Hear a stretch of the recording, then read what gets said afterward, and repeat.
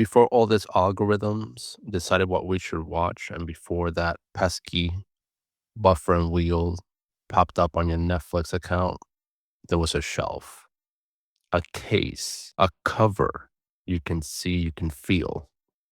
And for most of us, there was that one movie, the first disc we bought. And for many, that's how the addiction started.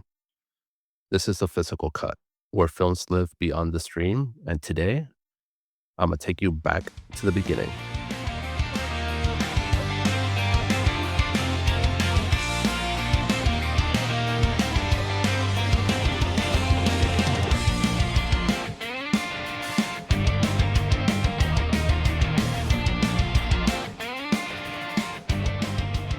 Today, I'm going to take you on a small walk through memory lane. I'm going to speak a little bit about my first time, not that one first time. I've had many first times, but my first time buying a movie with my own money, with my allowance. I remember perfectly the film and how it happened. And that was in 1998. And it was the VHS for Scream, the first part. I rented that film so many times from the same video store that at one point the owner told me, "Why don't you just buy it?" I didn't know where to buy films. I knew where to rent them. I knew the libraries had films. I knew Blockbuster. I had my own Blockbuster card, but I didn't know where to buy films. Even in Blockbuster, I was just renting. I was not buying because they were overly expensive. They were like $30 for VHS. And I also knew a Toys R Us having these large price tags on films on VHS that I didn't know where to buy films. I knew they would sell films at Blockbuster, but I couldn't afford them. I could barely afford renting at Blockbuster as a kid.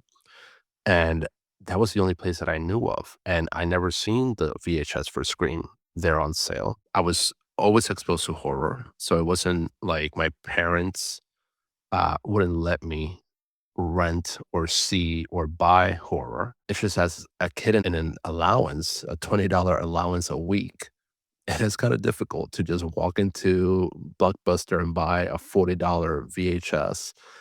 So he told me, the owner of the store told me, I'll sell it to you.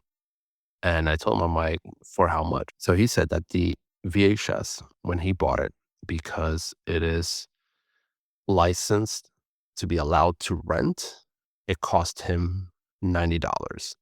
I told him I can't pay $90 for VHS. What he did, he put it aside. He put a copy of Scream aside, and he just told me to pay him little by little. It took me about 3 weeks of allowance and borrowing money from my mother to be able to afford that VHS. I did. I bought it. I overpaid for it, clearly.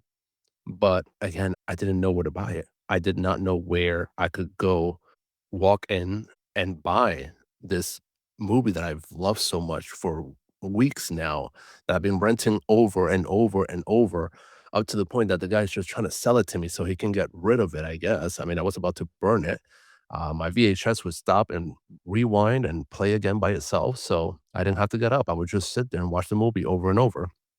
Um, to the point that I knew every line, every gasp, every scream of the film. Sadly, I don't own that VHS anymore. I wish I did. It was one of the first prints, and it does suck. It had the cover that I've been trying to find for a while now that is overpriced. And sadly, like rebuying the movie, I believe I bought it last year for a good price. It was about 25 bucks on eBay, but it wasn't the same feeling. I assure you that. It was not the same feeling. I was buying it because I missed having it because it's my favorite film. I buy multiple copies of my favorite films. It's a VHS. I have a VHS player. I have not played it. It does not look good on a 4K TV. I do have a CRT TV in the movie room, but I haven't played it.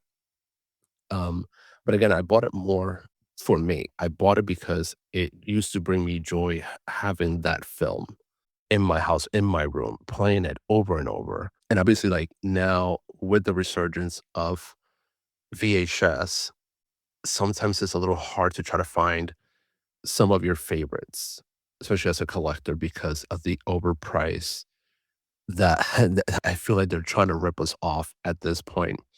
And I don't want to get into an argument about that. Just recently, I'm just gonna take a tangent here. Just recently, one of my Instagram friends called up a movie store to ask about a price of one of his favorite films on VHS, and they were asking $150 for that. One, that is offensive. No one should be asking $150 for a VHS. That one is not even signed by the director or the actors. Is used, is not brand new, is used. And again, that's just a way to gouge us as collectors. That's why I searched for years because I was not gonna pay more than $30. And I know we pay more than $30 for a lot of new releases, a lot of 4K. Yes, I know we overspend a lot, but I know that I've seen this cheaper, and because of the resurgence of VHS, that a lot of people, Gen Z, all these people are trying to collect and hoard, the prices are skyrocketing. And to find this for a good price, and it didn't bring me joy, as the first time that I was actually saving my allowance to be able to buy this and finally have my own copy of Scream in my hand. But at the end of the day, it is a joy that is I'm able to re-own this film. Did it start my collecting habit? I wouldn't necessarily put it that way. I was already an avid watcher of films. I'd be in the movie theater almost every day. I would cut class to just go to the movie theater. I graduated somehow, probably mercy. But my whole room would be covered in movie posters. I would go to, the movie theaters, I would go to Blockbuster, and even small home videos. I'm like, "Can I have your posters when you no longer need them?" And I would always have a movie, whether it was rented or was able to get my hands on, playing in my room just over and over and over, usually when it was a new release. And I kind of felt like it was my own little movie theater. You would walk through the hallways with all the posters, this playing coming soon, and was playing. So it ignited more of an interest on cinema than on collecting. I feel like my collecting habits didn't really start. I believe my second VHS was A Bug's Life. So I probably had about one or two VHS in my possession. Other than that, I really don't recall really starting a collecting habit of VHS. I started when I got my hands on the DVD for Bedazzled 2001, Brendan Fraser and Elizabeth Hurley. That was another movie that I would watch nonstop. I lost it somehow. I had it in my collection in Puerto Rico, and recently they brought me a few DVDs that I had in my collection. Some of them had disc rot. Some of them played like they were brand new, and thank God Boogie Nights was one of the ones that played like it was brand new, and it still looks brand new because I will not be paying more money to buy the DVD for Boogie Nights, especially that special edition that I have. But when I opened the case for Bedazzled, the original purchase I had made in 2001, the disc was missing. The receipt was there. Somehow the receipt lived, but the movie was not. I'm questioning myself. I'm like, who would have been able to take this disc out of here and just leave the box? Take the disc, leave the box. I'm like, no, there's no possible way that this just goes on missing. So it's probably on one of the DVDs or Blu-rays that I have over there in my house in Puerto Rico. But that is what started my collecting habit. When we moved on to DVDs, I remember going to Video Avenue, as if it was a Black Friday sale. I would be the only person in line at 10:50 AM to buy the new releases on Tuesday. In 2006, I was in line to buy Memoirs of a Geisha. I was in line to buy Good Night and Good Luck. I avoided the line of one person to buy Crash, but I was still buying non religiously. I was still buying religiously every Tuesday, almost every release that came out. I followed the Oscars religiously as well. So anything that was Oscar nominated, Oscar bait, or Oscar winner would be day one purchase for me, except Crash. But my collecting habits evolved obviously throughout the years. When we got into Blu-rays, it changed. I didn't upgrade much of what I had. I still kept my DVD collection. When I moved, I lost a lot of it. Sometimes moving is the hardest part of being a collector. And some people, especially those who have moved from one state to another, know how difficult it is to take care and protect those films when you're moving. And even though my collecting habits have evolved, there's still an emotional attachment to having that first disc that ignited the flame in collecting. That one I remember buying at Kmart. I believe it was for about 20, almost $31. I have the receipt there somewhere inside the box. And I remember putting that on layaway because I couldn't afford it because it was either I would pay the $20 allowance that I had or try to pay it little by little because Kmart was pretty expensive when it came to films. That's why I did most of my purchases at Walmart, but they didn't have it at Walmart. It took me about 2 weeks because there was also some films that were coming out in movie theaters that I wanted to watch, so I was trying to be, very careful with where I put my money.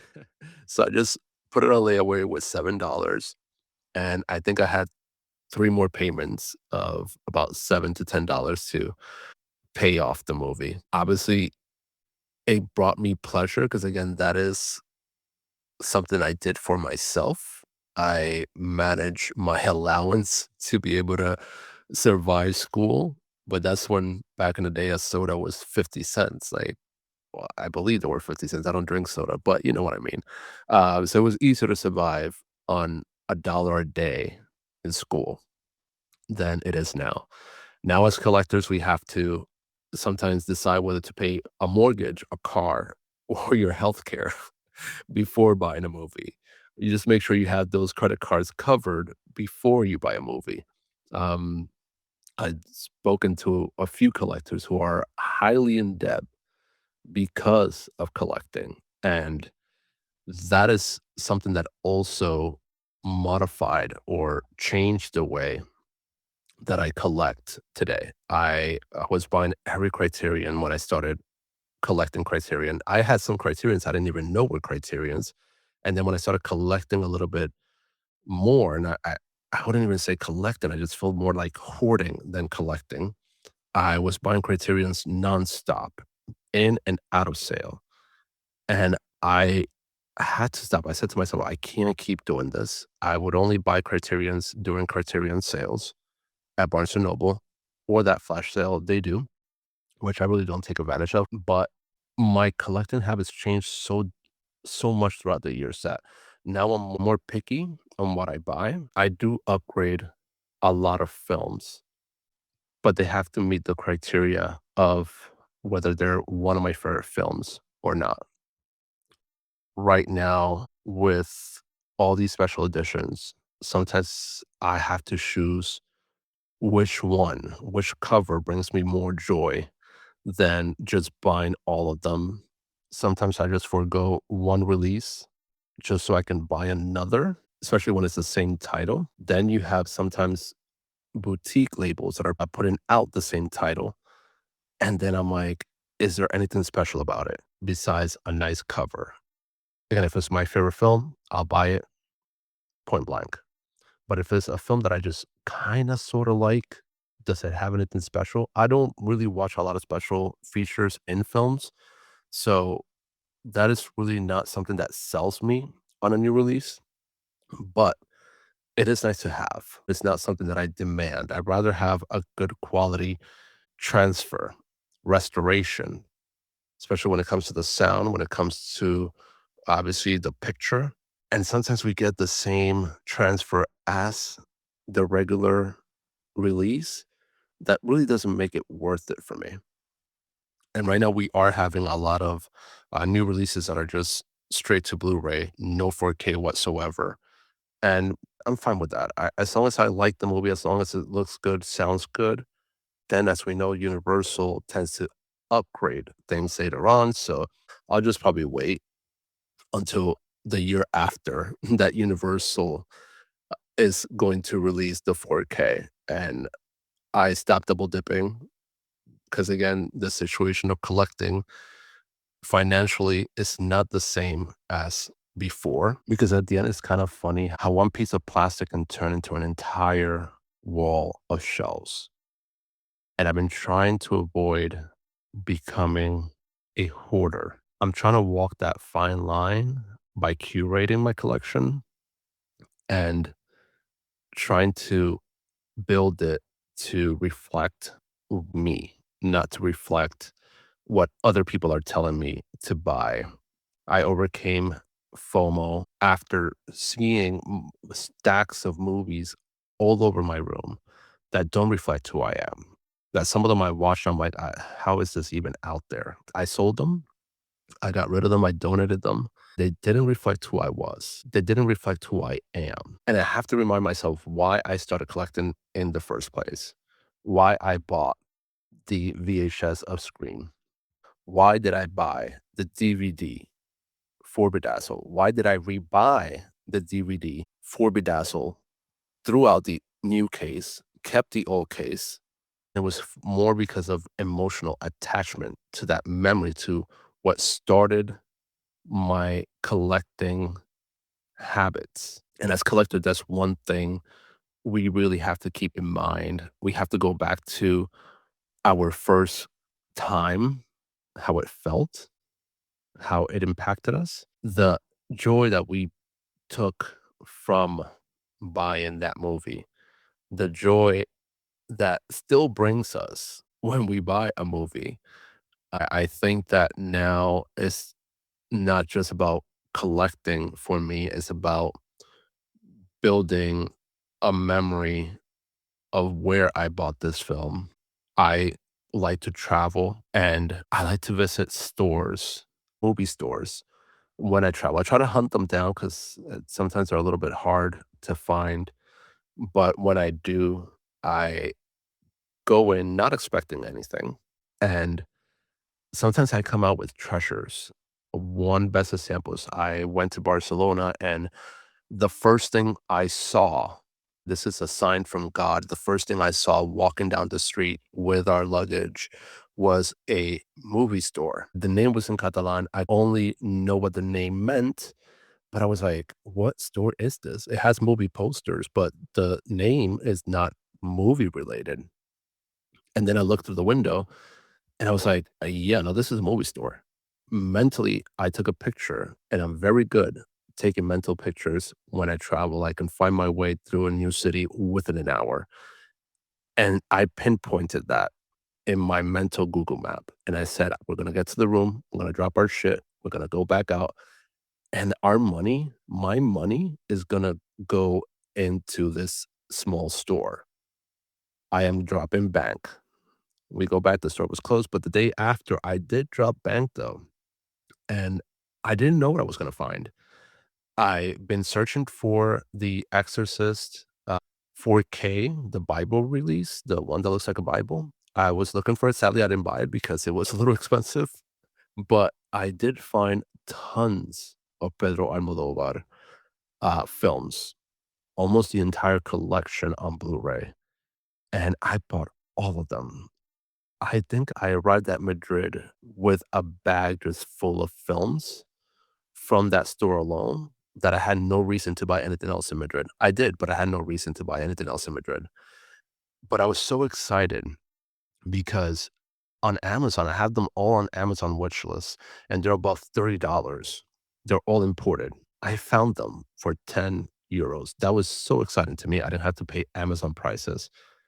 And I found them at an independent movie store. It really fulfilled me. It really did bring me joy. I obviously, I'm keeping them. I'm a Pedro Almodovar fan, and that brought me joy. I had to choose between buying the Bible for The Exorcist or buying all the Pedro Almodovar films and a bunch of other Spanish films that I found that I'm like, I want to not just buy what I like, but I also want to expand my knowledge of this country that I visit so much now. And I feel like collecting movies didn't just become collecting a movie. It also became a way for me to expand my knowledge on these countries of where I'm buying these films. The same way that I do when I travel and I ask the bookseller, tell me about books on politics in your country. It's the same thing that I do now when I'm buying movies in a foreign country. Tell me some of the movies that your country made. Thankfully, a lot of them are horror, and some of them are making their way here to the US. And that is great because over here in the US, I would have to pay $30 for it to have a Severin release. And I bought it over there for £10. I bought it over there for €10.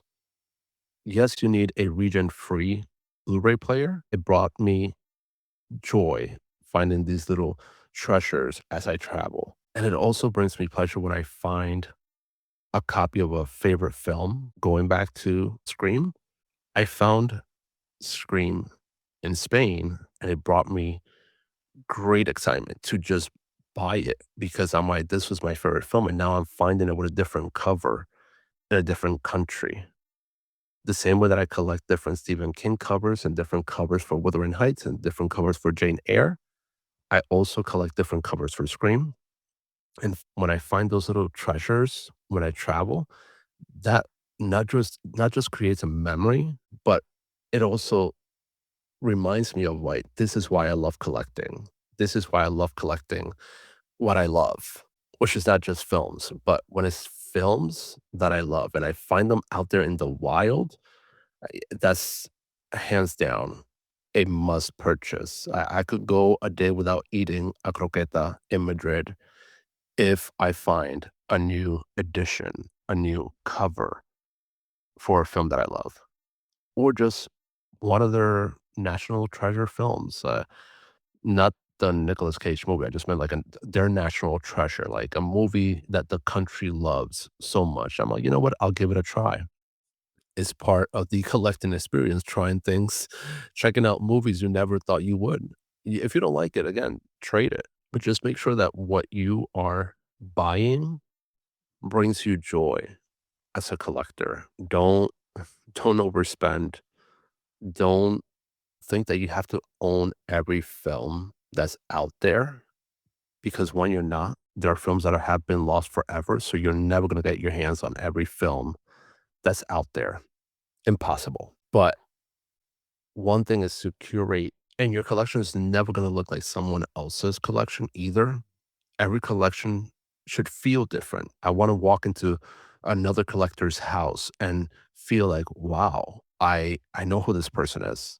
I know these films. They're not my favorite films. They're films that I've seen. They're films that I didn't like, but this person loves these films. This person's collection reflects who they are. And I've taken time to do that with my own collection. I want people to go into my movie room and be like, "Oh, so you're a weirdo?" I'm like, "Yes."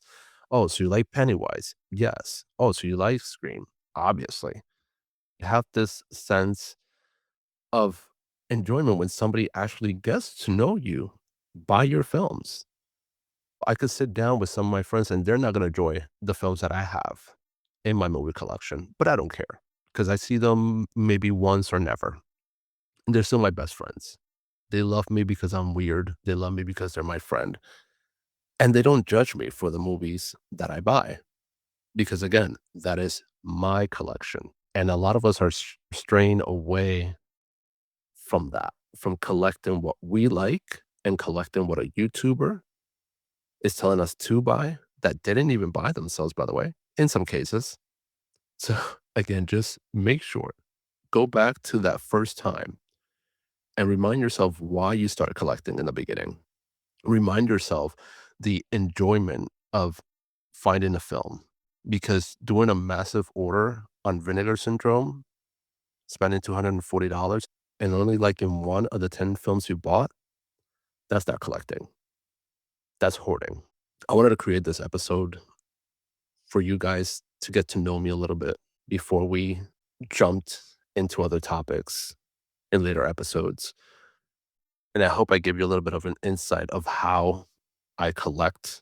I hope you get to know me a little bit better from this episode. And please DM me on Instagram. Tell me this is my favorite film. I am probably going to judge. I love when people tell me their favorite films and why I should watch it and why they love it, because that is a one-on-one conversation that is letting me know who you are as a person, why you collect. So just slide into my DMs. Tell me what film I have to watch. Tell me how you started collecting. Tell me how you collect. Let me get to know you. I'm letting you get to know me through this episode, but I want to get to know you. So hit me up on Instagram at KRLOZ RUBEN 2.0, Krloz Ruben 2.0, and tell me more about you. And I will see you guys next time. This has been The Physical Cut.